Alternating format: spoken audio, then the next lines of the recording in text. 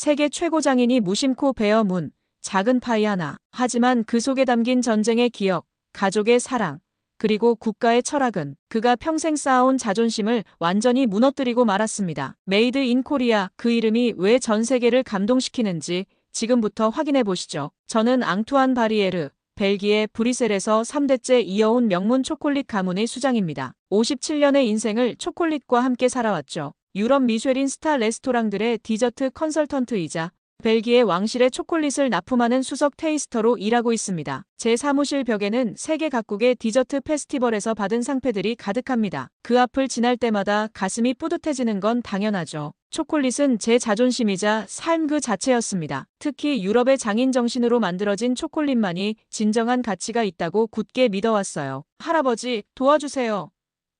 어느 일요일 오후 10살 손자 루카스가 학교 숙제를 들고 찾아왔습니다. 세계 각국의 대표 과자를 소개하는 영상을 만들어야 한다는군요. 루카스의 반짝이는 눈빛을 보니 거절할 수 없었습니다. 물론이지. 내 손자를 위해 뭐든 하지. 제가 웃으며 대답하자 루카스가 환하게 웃었어요. 우리는 바로 촬영을 시작했습니다. 프랑스의 마카롱, 이탈리아의 칸놀리, 오스트리아의 자허토르테, 각 나라의 대표 디저트에 대해 전문가다운 해설을 덧붙였죠. 촬영이 거의 끝나갈 무렵 루카스가 마지막 상자 하나를 내밀었습니다. 할아버지, 이건 한국의 초코파이래요. 손에 쥔 상자를 바라보며 미간을 찌푸렸습니다. 공장에서 대량 생산된 듯한 초콜릿 과자가 정갈하게 포장되어 있었어요. 별 기대 없이 포장을 뜯고 한 입 베어 물었습니다.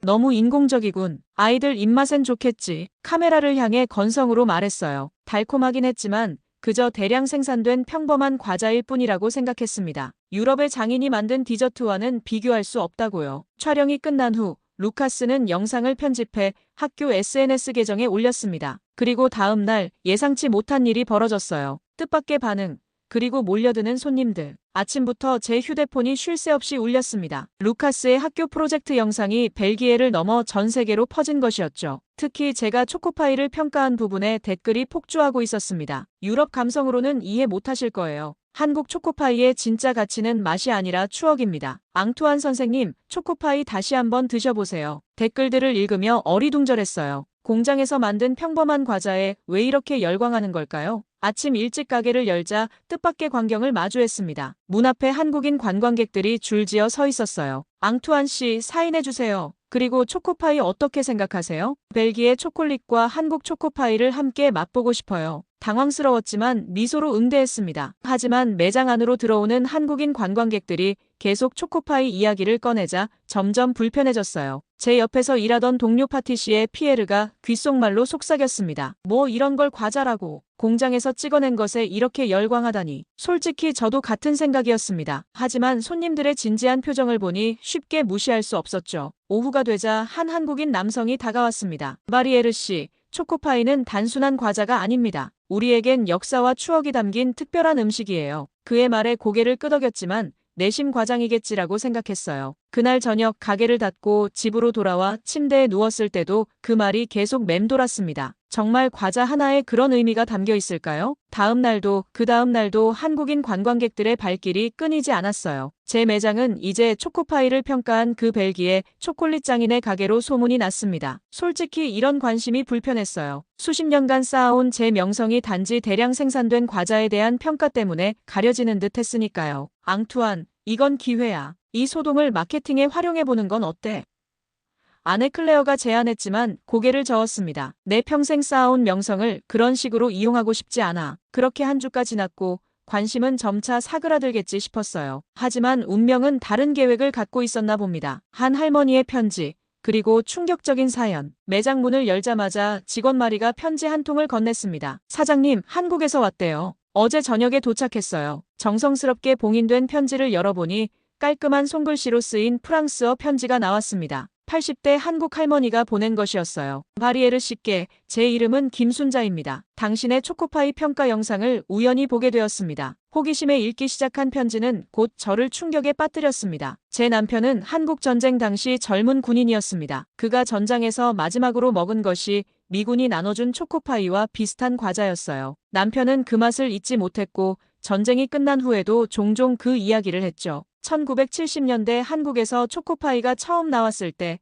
남편은 너무 기뻐했어요. 그 후로 매년 남편의 생일과 기일에 저는 초코파이를 사서 그의 묘소에 올립니다. 손이 떨려왔어요. 편지는 계속되었습니다. 초코파이는 우리 세대에겐 단순한 간식이 아닙니다. 전쟁의 상처를 달래준 위로이자 어려운 시절의 작은 사치였죠. 지금의 젊은이들에겐 학창시절의 추억이고요. 바리에르 씨, 당신처럼 뛰어난 장인이 우리의 이런 마음을 알아주셨으면 합니다. 편지를 내려놓고 깊게 숨을 들이마셨습니다. 가슴이 묵직해졌어요. 제가 얼마나 무지했는지를 깨달았습니다. 단순히 맛과 기술만으로 음식을 판단했던 저 자신이 부끄러웠어요. 그날 저녁 인터넷에서 한국전쟁과 초코파이의 역사를 검색했습니다. 미군의 군용 초콜릿이 한국전쟁 당시 현지인들에게 나눠졌고 그 기억을 바탕으로 한국 기업 오리온이 초코파이를 개발했다는 이야기를 읽었어요. 처음엔 사치품이었던 초코파이가 점차 국민 간식으로 자리 잡았다는 사실도 알게 되었습니다. 스크린을 바라보며 깊은 생각에 잠겼어요. 제 손에서 탄생한 초콜릿들이 고객들에게 어떤 의미로 다가갔을지,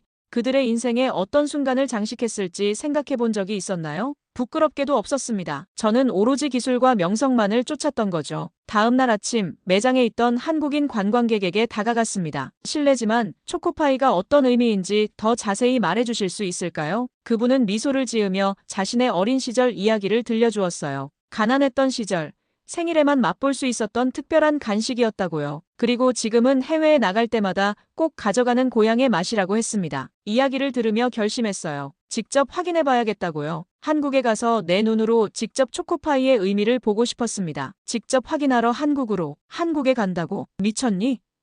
피에르의 눈이 커졌습니다. 아내 클레어도 놀란 표정이었어요. 앙투안, 왜 굳이 그렇게까지 해? 너무 멀잖아. 클레어가 걱정스럽게 물었습니다. 직접 보고 싶어. 왜 이 과자가 이렇게 많은 사람들에게 특별한지. 제 목소리에는 확신이 담겨 있었어요. 유럽의 초콜릿 장인이 아시아의 대량 생산 과자를 보러 간다는 소식은 업계에 빠르게 퍼졌습니다. 동료들은 제가 미쳤다고 생각했죠. 하지만 저는 흔들리지 않았어요. 김순자 할머니의 편지 이후 초코파이에 대한 호기심이 날로 커졌으니까요. 출국 전날 루카스가 찾아왔습니다. 할아버지, 이거 드려요. 작은 상자에 담긴 초코파이를 건네며 말했죠. 한국에서 더 맛있는 거 많이 드시고 오세요. 웃으며 손자의 머리를 쓰다듬었어요. 어쩌면 이 여행이 내 인생의 중요한 전환점이 될지도 모른다는 예감이 들었습니다. 인천공항에 도착하자 한국의 활기찬 에너지가 느껴졌어요. 공항에서 나오자마자 오리온 본사에 연락했습니다. 벨기에에서 온 초콜릿 장인이라고 소개하자 놀랍게도 바로 다음날 공장 견학을 안내해주기로 했어요. 호텔 침대에 누워 천장을 바라보며 생각했습니다. 내일이면 진실을 알게 되겠지. 가슴이 두근거렸어요.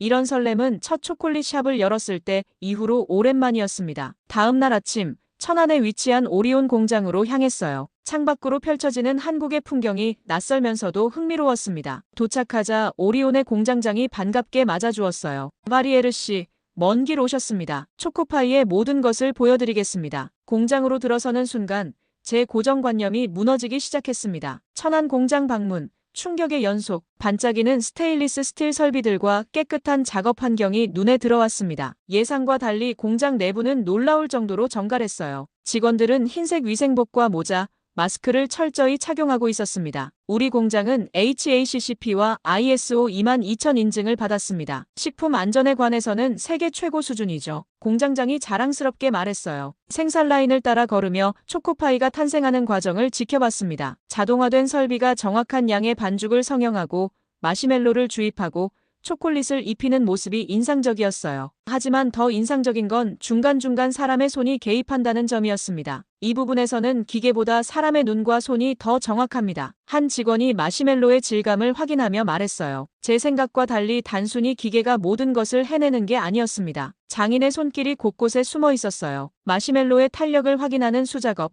초콜릿 코팅의 두께를 체크하는 전문가의 눈, 포장 전 마지막 품질 검사까지. 공장의 규모는 컸지만 그 안에는 장인 정신이 살아 숨쉬고 있었습니다. 이건 단순한 공장 제품이 아니군요. 제 말에 공장장이 미소 지었어요. 우리에게 초코파이는 단순한 과자가 아닙니다. 50년 넘게 한국인과 함께 해온 추억의 조각이죠. 원료 보관실로 안내받았습니다. 벨기에산 초콜릿을 포함한 고품질 원재료들이 철저하게 관리되고 있었어요. 특히 눈길을 끈 것은 품질 관리 시스템이었습니다. 각 단계마다 꼼꼼한 검사가 이루어지고 조금이라도 기준에 미달하면 전량 폐기한다고 했어요. 이렇게까지 철저할 필요가 있나요?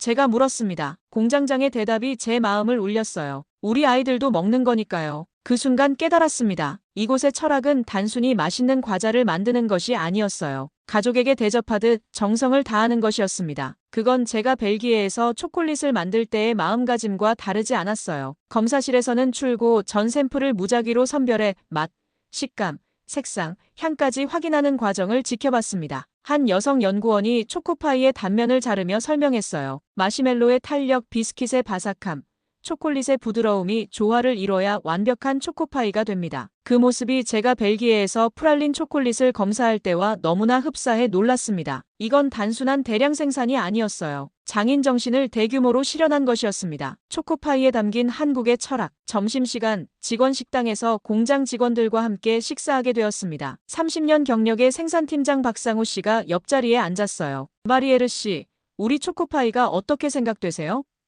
박상우 씨가 호기심 어린 눈으로 물었습니다. 놀랍습니다. 제가 가진 편견이 완전히 깨졌어요. 솔직하게 대답했죠. 저희에게 초코파이는 단순한 과자가 아닙니다. 정성이 담긴 선물 같은 존재예요. 박상우 씨는 자신의 어린 시절 이야기를 들려주었습니다. 가난했던 1980년대. 어머니가 공장에서 일하고 가끔 초코파이를 가져왔을 때의 기쁨. 그리고 지금은 자신의 아이들에게도 특별한 날 초코파이를 선물한다고요. 우리는 이런 마음으로 일합니다. 내 가족도 먹어요. 그래서 더 정성을 다하죠. 그 말에 깊은 울림을 느꼈어요. 초코파이는 단순한 제품이 아니라 한국인의 정서와 기억이 담긴 문화적 상징이었습니다. 제가 벨기에에서 초콜릿을 만들 때도 비슷한 마음이었을 텐데 어쩌면 그것을 잊고 있었는지도 모릅니다. 오후에는 연구개발팀과의 미팅이 있었어요. 놀랍게도 이들은 제 초콜릿 작품을 알고 있었습니다. 바리에르 씨의 헤이즐넛 프랄린 기법은 정말 혁신적이었어요. 저희도 그 영향을 받았습니다. 수석 연구원이 말했죠. 이들이 단순히 대량 생산에만 집중하는 것이 아니라 전 세계의 디저트 트렌드와 기술을 연구하고 있다는 사실에 또 한 번 놀랐어요. 그들은 초코파이의 품질을 높이기 위해 끊임없이 연구하고 있었습니다. 공장 견학을 마치고 나오는 길, 포장 라인에서 일하는 60대 여성 직원이 다가왔어요. 외국에서 오셨다고 들었어요. 이거 드세요. 작은 초코파이 하나를 건네주었습니다. 고맙습니다. 그 자리에서 포장을 뜯어 한 입 베어 물었어요. 이번엔 달콤함 너머의 의미를 느낄 수 있었습니다. 그 안에 담긴 정성과 자부심, 그리고 세대를 이어온 추억이 맛으로 전해지는 듯 했어요. 어떠세요? 그녀가 기대에 찬 표정으로 물었습니다. 놀랍습니다. 이제야 진짜 맛을 알게 된 것 같아요. 진심으로 대답했죠. 그녀의 얼굴에 자랑스러운 미소가 번졌습니다. 그 순간 깨달았어요. 음식은 단순한 맛이 아니라 그 안에 담긴 마음과 문화, 역사를 함께 먹는 것이라는 사실을요. 돌아가서 무릎 꿇은 사과. 벨기에로 돌아온 후 첫 번째로 한 일은 손자 루카스에게 전화를 걸어 후속 영상을 찍자고 제안하는 것이었습니다. 루카스는 기뻐하며 바로 카메라 장비를 들고 와주었어요. 할아버지, 한국 어땠어요?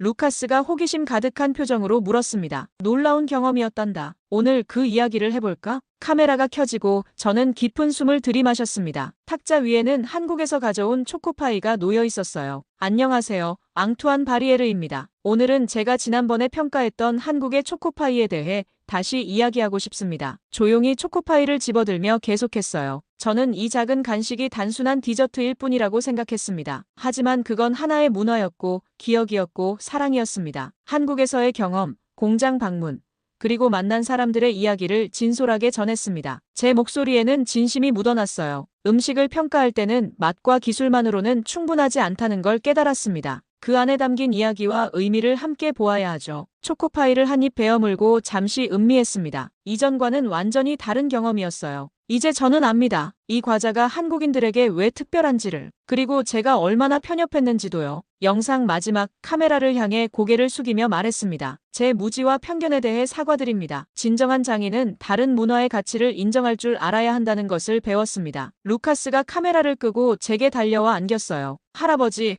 정말 멋졌어요. 영상은 다시 한번 SNS를 통해 빠르게 퍼졌습니다. 이번에는 응원과 감사의 메시지가 쏟아졌어요. 며칠 후 한국 오리온 본사에서 감사패와 함께 편지가 도착했습니다. 바리에르 씨의 열린 마음과 진정성에 깊은 감사를 드립니다. 언제든 한국을 다시 방문해주세요. 편지를 읽으며 가슴이 따뜻해졌습니다. 제가 평생 쌓아온 명성보다 더 값진 것을 얻은 기분이었어요. 그리고 또 다른 시작. 그로부터 한 달 후 제 초콜릿 가게에 작은 변화가 생겼습니다. 매장 한켠에 오리온 초코파이 존을 새롭게 마련했어요. 한국에서 받은 감사패와 함께